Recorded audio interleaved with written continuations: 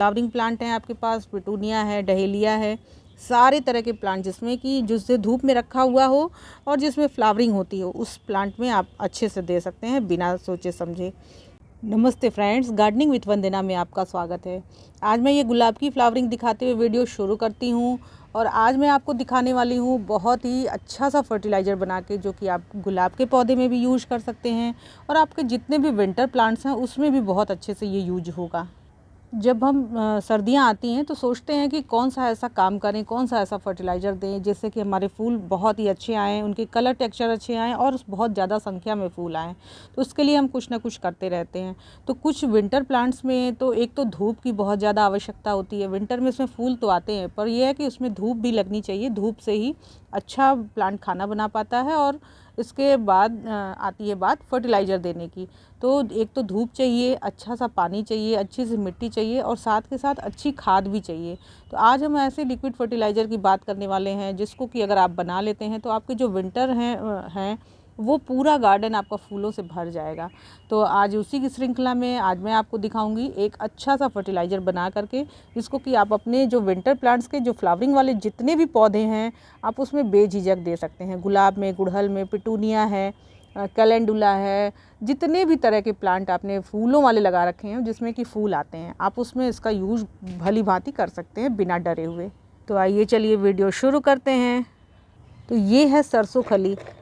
सरसों से ही जो तेल निकाला जाता है और तेल निकालने के बाद इस तरह का कुछ वेस्ट बचता है। ये आपको आसानी से जो खाद बीज की दुकान है वहाँ पे भी मिल जाएगा और पशु आहार की जो दुकानें हैं वहाँ भी मिल जाएगा। पशुओं का जहाँ चारा मिलता है, दाना मिलता है, यानी कि वहाँ भी ये आपको मिल जाएगा। आजकल तो ये ऑनलाइन भी मिल जाता है, तो आप जहाँ से चाहें वहाँ से ये परचेज कर सकते हैं। ज़्यादा महंगा नहीं है, 30 रुपये या 40 रुपये ऐसे प्रति किलो के हिसाब से आएगा। और अगर आपके यहाँ 20-25 प्लांट हैं तो 1 केजी अगर आप ले लेते हैं तो ये आपका कम से कम 6 महीने चलने वाला है। इतनी कम क्वांटिटी में लगता है, लेकिन फ्लावरिंग इतनी अच्छी कराएगा ये प्लांट्स में कि आप इसको यूज़ करके ही देख सकते हैं। और दूसरा जो फर्टिलाइज़र लेने वाला है, डीएपी के दाने ऐसे ही कुछ गोल गोल से होते हैं, काले रंग में भी होते हैं, कभी कभी सफ़ेद रंग में भी होते हैं। इसके अलावा अगर ये आपके पास डीएपी नहीं हो, सिंगल सुपर फॉस्फेट हो, तो वो भी ले सकते हैं। वैसे तो डीएपी जनरली हर जगह मिल जाती है, ये आपको खाद बीज के दुकान में मिल जाएगी और नर्सरी पे भी सब मिल जाए, और इसके अलावा ये आपको ऑनलाइन भी मिल जाएगा। तो ये बहुत ही अच्छा सा फर्टिलाइज़र, और सबसे बड़ी बात है कि सस्ता होता है। 40 से 60 रुपये मैक्सिमम इसकी 1 केजी की कीमत है। और ये भी है, एक बार आप ले लेते हैं तो 1 साल से कम, 1 केजी ले लेते हैं तो 1 साल से कम नहीं चलेगा, बहुत लंबे समय तक चलते हैं और बहुत ज़्यादा क्वांटिटी इसकी यूज़ भी नहीं करनी है। अगर आपको महीने में एक बार देना है तो आप सिर्फ एक जो चाय का चम्मच होता है उससे 1 स्पून लेकर के आप किसी भी फ्लावरिंग प्लांट में डाल दीजिए। ये अच्छे से फ्लावरिंग भी इंक्रीज करेगा, जड़ों को बढ़ने में मदद करेगा। फॉस्फोरस इसमें सबसे ज़्यादा होता है, तो 46% इसमें फॉस्फोरस होता है। तो ये बहुत ही अच्छा काम करेगा, आपके जितने भी विंटर प्लांट्स हैं उसमें भी ये यूज़ करेगा। तो इन दोनों का यूज़ करके मैं एक अच्छा सा फर्टिलाइज़र बनाऊंगी। कुछ इसमें और भी चीज़ें ऐड कर सकते हैं आप, उसके बारे में भी बताऊंगी। तो अब पहले तो हम पानी ले लेते हैं इसके लिए। तो इस तरह का जो लेना है, लगभग ये 500 ग्राम मैंने लिया हुआ है। जिस हिसाब से आपके यहाँ प्लांट्स हों उतना ही ले सकते हैं। आपको अगर मैं एक टुकड़ा इसका दिखाऊं तो कुछ इस तरह का, अगर आप एक टुकड़ा लेते हैं, 2 लीटर पानी में आप इसको भिगा लीजिए और 3 से 4 पौधों में आप इसको दे देंगे तो उतना ही काफ़ी रहता है। इससे ज़्यादा आपको देने की ज़रूरत नहीं है। तो जिस हिसाब से आपके प्लांट हो, कोई हार्ड एंड फास्ट रूल नहीं है, बस इतना ही करना है कि आपको इससे ज़्यादा नहीं देना है। ज़्यादा देंगे तो फंगस क्रिएट होती है बस मिट्टी में, यही एक काम है। पतला, जितना पतला आप घोल बनाएंगे उतना ही ज़्यादा अच्छा रहता है पौधों के लिए। तो ये लगभग 500 ग्राम ले लिया हुआ है और ये 1 मुट्ठी के करीब में मैंने लिया हुआ है और इसे कहीं भी आपको भिगा देना है। इस बार मैंने क्या किया है कि इसको अलग अलग भिगाया है, यानी कि सरसों खली अलग भिगाई है और ये डीएपी के जो दाने हैं इसको भी अलग ही भिगाया है। तो दोनों को अलग अलग भिगाया है, वो दिखाती हूँ। तो इसे बस पानी में भिगा देना है और 3 दिन के लिए रखना है। 3 दिन विंटर के टाइम में ठीक रहता है। उसके बाद आप ज़्यादा लंबे समय तक रखते हैं तो इसमें स्मेल आने लगती है, जो कि आप कहीं भी देंगे किसी प्लांट में तो उसके अगल बगल रहना थोड़ा मुश्किल हो जाता है। तो प्लांट्स इंडोर प्लांट्स में इसको नहीं देना है। जितने भी धूप में चलने वाले पौधे हैं उसमें ही देना है, जो फ्लावरिंग प्लांट हैं या फ्रूटिंग प्लांट है जिसमें कि फल अच्छे बनते हैं। फलों को बनाने के लिए भी ये बहुत ही अच्छा काम करता है। इसमें बहुत सारे माइक्रो न्यूट्रिएंट भी होते हैं और नाइट्रोजन, फास्फोरस और पोटेशियम तो बहुत भरपूर होता है। इसके अलावा ये सरसों की खली है, आपको मूंगफली की खली भी मिल जाए, बादाम की खली भी मिल जाए तो आप वो भी यूज कर सकते हैं। अब इसे पानी में भिगा देना है, तो मैंने कुछ इस तरह से पानी में भिगा करके और इसको तैयार किया हुआ है। ये देखिए, थोड़ा ज़्यादा आपको दिख रहा होगा, बिल्कुल गाढ़ा गाढ़ा सा, लेकिन ये है कि चूँकि प्लांट्स मेरे यहाँ ज़्यादा हैं इसलिए मैंने इसे ज़्यादा भिगाया हुआ है। और डीएपी को मैंने इस बार अलग भिगाया, एक साथ भी भिगा सकते हैं, कोई दिक्कत नहीं है, हमेशा एक साथ भिगाती थी, लेकिन इस बार मैंने थोड़ा सा अलग इसको भिगाया है ताकि ये जो सरसों की खली वाला ये है इसको मैं ऑर्गेनिकली बनाना चाह रही थी। केवल आप इसको भी भिगा के दे सकते हैं।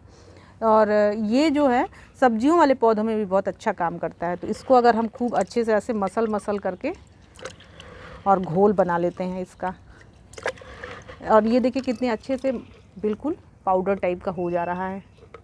ज़्यादा दिक्कत नहीं है, इसको बस ऐसे मसल करके एक अच्छा सा काला पानी ये तैयार होगा। ये काला पानी बहुत बेस्ट है पौधों के लिए। पूरी अच्छी खासी फास्फोरस वाली खाद ये बनेगी। और ये जो सरसों की खली है इसमें तो सब कुछ होगा। तो ये मेरे पास एक डब्बा है जो कि चॉकलेट, हॉट चॉकलेट इस तरह का कुछ है। तो ये 250 ml का होता है लगभग, और इसी से मैं एक डब्बा लूँगी पूरा भर के। देखिए गाढ़ा है लगभग, और इसे मैं 20 लीटर की ये जो बकेट है ये देखिए इसमें मिलाने वाली हूँ। और ये पानी जो मैंने लिया हुआ है 6 से 7 लीटर पानी होगा ये। और ये वाला जो पानी है इसे मैंने 200 ml ही लिया हुआ है, ज़्यादा नहीं लेना है। और ये दोनों को मैं थोड़ा अलग करती हूँ। और ये जो रेशियो तैयार हो गया ये देखिए, खूब अच्छे से इसको मिला लेना है। अब इसमें आप क्या क्या ऐड कर सकते हैं वो भी मैं अब आपको बताती हूँ कि इसमें आप कोई भी प्लांट ग्रोथ रेगुलेटर अगर मिलाना चाहते हैं, जैसे ह्यूमिक एसिड है, ये सारी चीज़ें ऑर्गेनिक ही हैं, आप चाहें तो इसमें मिला के दे सकते हैं। सिंपल भी दे सकते हैं, केवल सरसों की खली भी, केवल डीएपी का पानी भी दे सकते हैं, और इसमें कुछ और भी ऐड करना चाहे। इस वाले जो सरसों खली जो मैंने बनाई हुई है इसमें आप एक मुट्ठी नीम खली भी मिला सकते हैं। तो नीम खली मैंने ऐसे ऑलरेडी मिट्टी में मिलाई हुई है इसलिए उसको नहीं मिलाया है। और अगर आपने नहीं मिलाया हो तो एक मुट्ठी आप सरसों खली में नीम खली भी डाल दिया करें, तो इससे क्या है कि जो फंगस वगैरह होती है वो नहीं लगेगी। और ये जो एक पानी आप इसका ये जो गिराने का रेशियो देख लीजिए, बिल्कुल एकदम हल्का पीला पानी जो तैयार हुआ है, कुछ इस तरह का ही पानी तैयार होना चाहिए। और इसे देना कितना है, बस ऐसे जितना कि एक बार में पानी आप अपने प्लांट में देते हैं बस उतना ही देना है। तो मैं अपने अगर इस प्लांट में दे करके दिखाती हूँ तो ये देखिए ऐसे नीचे से ही देना है। ये जो लिक्विड फर्टिलाइज़र है लगभग हर तरह के पौधे में आप दे सकते हैं, और इसको देने का अंतराल हफ्ते में एक बार तो कम से कम आप दीजिए ही। जितने भी फ्लावरिंग प्लांट हैं आपके पास, पिटूनिया है, डहेलिया है, सारे तरह के प्लांट जिससे धूप में रखा हुआ हो और जिसमें फ्लावरिंग होती हो, उस प्लांट में आप अच्छे से दे सकते हैं बिना सोचे समझे। तो ये एक छोटी सी जानकारी थी। अगर वीडियो आपको अच्छी लगी हो, इन्फॉर्मेटिव लगी हो तो इसे लाइक ज़रूर करिएगा। इंस्टाग्राम पे भी आईडी मेरी इसी नाम से है, गार्डनिंग विथ वंदना के। आप मुझे वहाँ फॉलो भी कर सकते हैं, सवाल भी पूछ सकते हैं, और अपनी जो पौधे हैं उनकी पिक भी भेज सकते हैं। अगर कोई समस्या है, उसका समाधान नहीं मिल रहा है तो ज़रूर मैं रिप्लाई करूँगी। नमस्ते फ्रेंड।